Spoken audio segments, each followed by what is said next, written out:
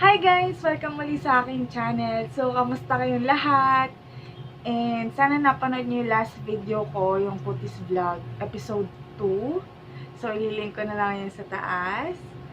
And now, ang ito-try naman natin is itong MD White Flawless Finish Foundation Cream to Powder Foundation. Ito ay light, non-greasy, and anti-aging primer. So, ngayon, gagamitin lang natin siya as is lang.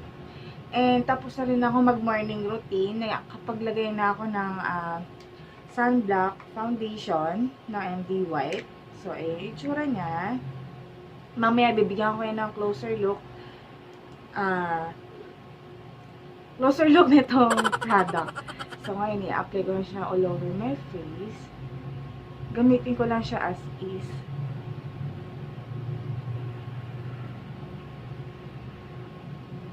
Minimal lang yung coverage niya, guys. Hindi yung parang mako-cover up niya excuse me, mako-cover up niya lahat yung mga imperfections natin sa face.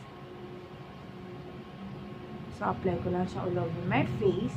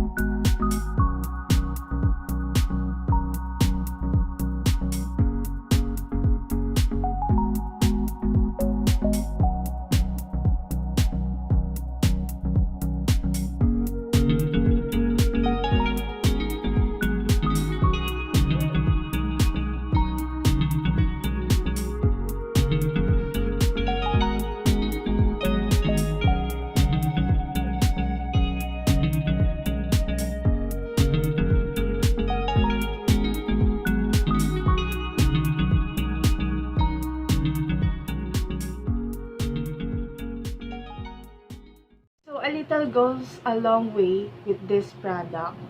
Ayan na, cover ko na yung face ko with this cream to powder foundation ng MD White Skincare. So, smooth lang siya sa face and also hindi siya mabigat, hindi siya malakit sa mukha.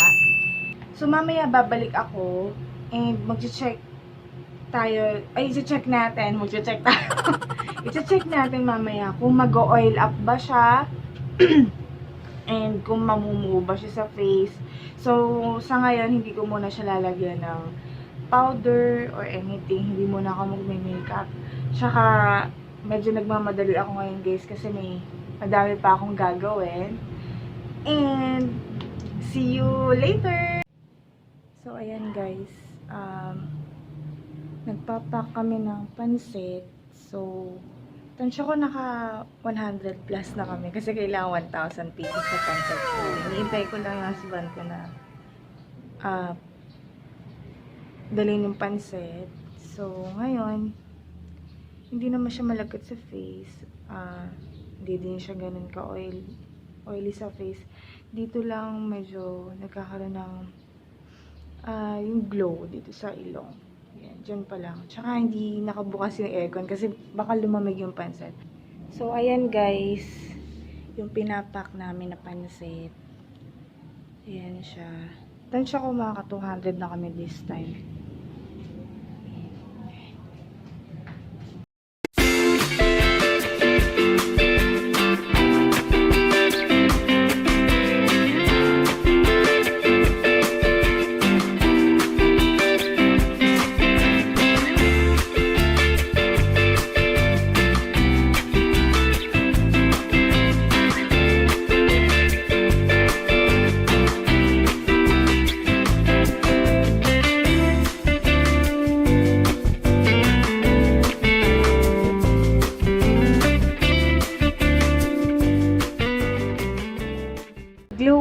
effect niya.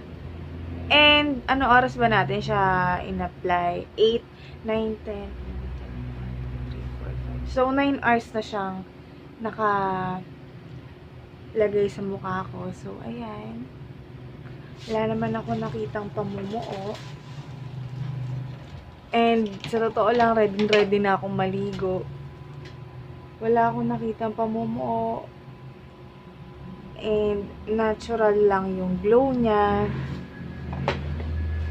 Itong araw na to, pinaligo ako pa sa Chewy, kaya medyo pagod din. It was a productive day today. So, ayan. Ready na akong maligo.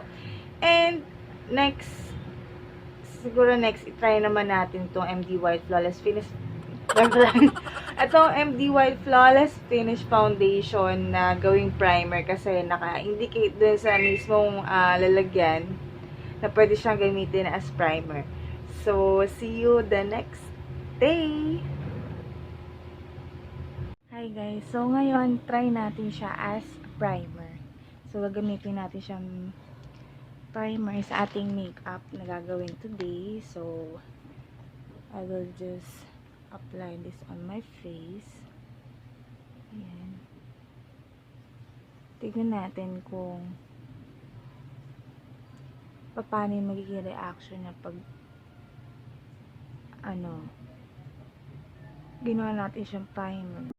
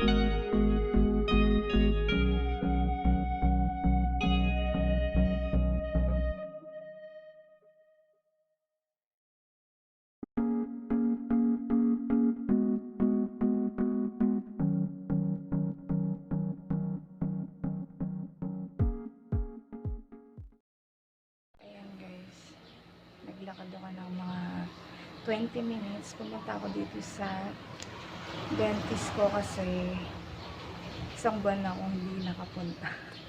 Nakalimutan ko last month. So, ayan. Medyo naramdaman ako, nagpapawis ako sa center. dito sa gawin na to, pinagpapawisan na rin ako. So, okay pa naman yung ating makeup ngayon.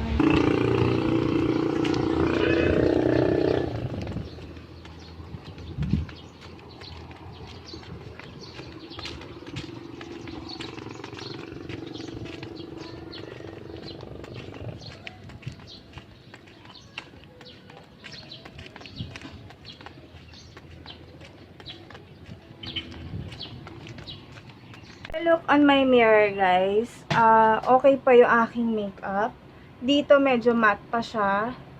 Dito hindi na kasi nag-brush ako eh. Nag-toothbrush, ayun. Medyo hinihingal pa ako. Yung lakad ko kasi parang takbo. Kaya ayun. So, ayan. Yung dito sa cheeks, matte pa siya. Dito, as you can see sa camera. Ayan, medyo, ano na siya dito, medyo oily na siya. Siyempre, di ba pag pinagpawisan tayo, dito, tapos dito sa area na to, tignan ko lang yung pores ko. Hindi naman siya gaanong halata. Pero yung laugh line ko, guys, kahit paano, medyo na, kumbaga, na, hindi naman as in i-emphasize, makikita mo lang siya once na nilapit mo yung mirror. Pero pag malayo, hindi siya ganun ka-obvious. Okay pa yung blush on ko, and yung aking eye makeup, okay pa, pak na pak pa ulit. Okay pa yung eye makeup ko, so, wala namang creasing na nagaganap. Yung kilay, okay pa rin, pak na pak. So, yung sa under eyes ko is medyo kita na yung fine lines yung dito sa part na to. Kita na siya. Ayan, as you can see. So, ayan. Yun lang yung concerns ko. Yung dito sa part na to, sa laugh line, and then dito sa ating under eye. Kasi meron na akong lines dito eh. So, ayun. Pero hindi naman as in masagwa. Hindi siya ganun. Ayos lang. Pag malayo, parang natural lang. Saka, hindi siya ganun ka-oily. Pawis yan, guys. Mamaya magpupunas ako. Wait, kukunin ko na yung panyo ko. Hindi ko na talaga matiis. Ang init sa labas. Sana ba yun? Ito. Okay, panyo kong colorful. So, ayan, pat lang. Nawawala na rin yung ayan. Sana medyo shiny. Pag pinatpat ko lang siya, guys, okay na uli yung makeup ko. Ayan. Ala namang pamumuo na nagaganap. Unless, kung gumamit kayo nung, kung gumagamit kayo ng MD White na Rejubleach or yung skin glow set, meron, sorry meron talagang pamumuo na magaganap. Magsisettle siya dun sa mismong pagbabalat mo. Yung edges nun, kuwari yung sa part na to, may pagbabalat siya dyan, yung edges niya, dun siya magsisettle. Saka kuwari, may dry na part dito. Actually, pagka nagma-micropeeling tayo, dry talaga yun. Magsisettle siya doon. Ako, tapos na ako sa pagbabalat season, kaya okay lang siya sa akin. Wala namang pamumuo na nagaganap. So, ang final thoughts ko about this product, itong MD White Flawless Finish Foundation, maganda siya. With or without makeup, maganda yung effect niya. Lalo na kung gumagamit kayo nung Rejubleach set, tsaka yung skin glow set, after nyung matapos dun sa micropeeling process, tapos yung as in, walang-wala nang nag-micropeel sa face, yung ganda niyang gamitin, kasi natural glow lang, no makeup look yung itsura, and hindi siya greasy sa mukha, and hindi din siya malagkit. Alang grit, yung para bang buhangin sa mukha. Ako, naglakad ako kanina, back and forth. And syempre, yung mga usok sa daan, sa mukha mo. Ito walang kumapit na parang buhangin, mga ganon. Wala yung kumapit na ganon. Smooth pa din siya. Na medyo, mararamdaman mo, syempre, shiny. Pagka shiny, medyo ma-oily. Pero hindi yung as in oily na yung parang nagmamantika, hindi ganon. In a nice way naman siya. Saka hindi siya ganon namumuo. So, must try talaga to. And also, nga pala, this retails at 250 pesos. So, ililink ko na lang down below sa description box kung saan ko siya nabili na shop. And, yung official Instagram and Shopee store ng MD White, ililink ko na lang din lahat sa description box below. So, ayun, nagustuhan ko siya.